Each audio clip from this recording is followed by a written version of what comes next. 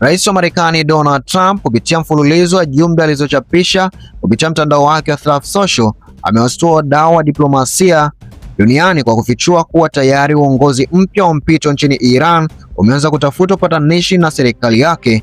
Trump amebainisha kuwa licha ya mashambulizi makali yanaendelea chini ya operesheni ya Epic Fury, baadhi ya maafisa wakuu waliochukua hatamu baada ya kifo cha Ayatollah Khamenei wameonyesha nia ya dharura ya kutaka kuketi kwenye meza ya mazungumzo ili kuzuia uharibifu zaidi wa miundombinu ya nchi hiyo. Ingawa amekubali wazo la mazungumzo nao, Trump amesisitiza kuwa mazungumzo hayo hayatamaanisha kusimama kwa mashambulizi ya anga mpaka pale Marekani itapojiridhisha kuwa vitisho vyote vimeondolewa kikamilifu. Wakati akizungumzia hatua hiyo ya kidiplomasia, Rais Trump pia ametoa taarifa ya majonzi akithibitisha vifo vya wanajeshi watatu wa Marekani. Trump amewataja wanajeshi hao kama mashujaa waliotoa mhanga maisha yao kwa ajili ya usalama wa dunia, akiongeza kuwa vifo hivyo ni sehemu ya gharama ngumu inayopaswa kulipwa katika kile alichokiita dili ya mwisho ya kuleta amani ya kudumu Mashariki ya Kati.